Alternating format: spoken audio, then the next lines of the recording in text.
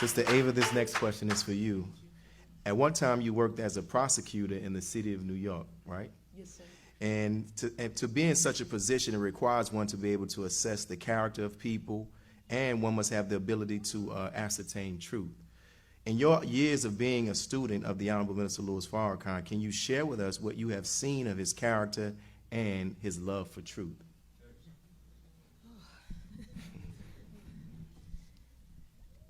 You can only pull excerpts from your mind, because there's so much, as we just heard from Sister Fatima. And if you look at the four of us, we're such a we're aspects of his life, and this is why, if we understand a light-giving sun, truly he is that. If you study every character trait of the sun itself, he possesses that trait. He alone possesses that trait. And as the Holy Quran has the surah, the scatterers, we can all be and are and must be stars, like the billions of stars in the sky, carrying his light. But those stars do not have life-giving power. All we can do is guide others, like starlight does, to the sun. That's right. It's only from the sun that you get life, light and heat and vitamins. And this is what I feel in terms of witnessing the minister most of the time, working with him in he's in ultimate teaching mode. Like Sister Mary Alice said, being around him over 30 years, I have never seen him any other way except gracious, elegant. I know of no one with the command of language that I've ever heard, ever, on this earth that he has. But more profound than that is his heart. And I'm going to give you an example. When the newspaper article came out, after the minister had announced the Million Man March, and the New York Post on a Saturday came out with a headline, "Widow of Malcolm pins murder on Farrakhan." And of course, who caught that article but Brother Jabril? And he faxed it to the National House. And a few of us got a call, and we met at the National House on a Saturday night.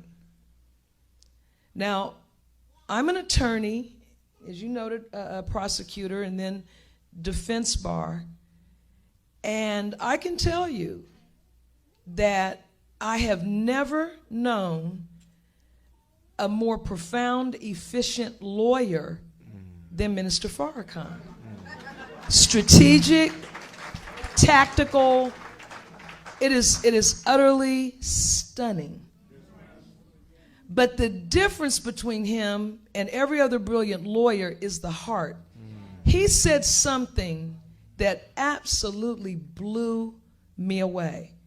As we laid out a battle plan of how we were going to deal with the New York Post. Of course, the nation did not have anything close to the financial resources to come up against these Jewish firms. But of course, we have Allah and his Christ. But the minister said, when we were laying out the plan, and of course, one of the most difficult cases you can litigate is defamation as the plaintiff, because all the laws are written in favor of the media, because the media controls the courts and lobbies and has laws. So when we were talking about the defendants that we would name, the minister had a look on his face. You know how he listens when people are talking? And he listens to every single word that people say, not like us, where we're just waiting for them to stop so we can fire back. he's actually processing and absorbing and taking to heart what he's hearing. So he's listening to everybody. So then he said, I want you to file a lawsuit against the New York Post. He said to me, you fly into New York. He said, have Brother Arif come in and meet you. Call him, but don't tell him why. Just tell him to meet you up there. He said, I don't want anybody to know about this, so I don't want any telephone conversations. And this is what blew me away. He said, do not sue Sister Betty. Now, you listen to me good.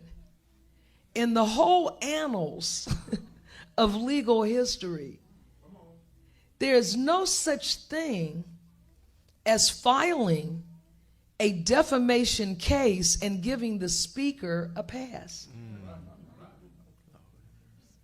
It's not done.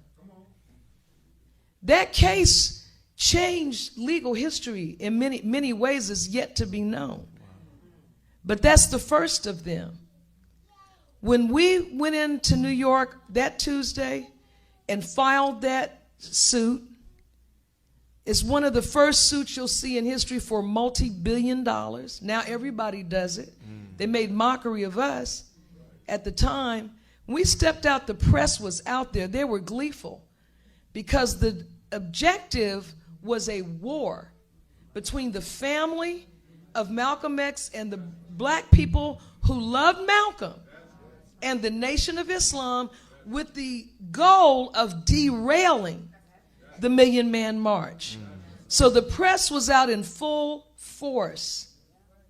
And when we passed out copies of that lawsuit and Betty Shaba's name was not in that box, you literally could see their faces collapse.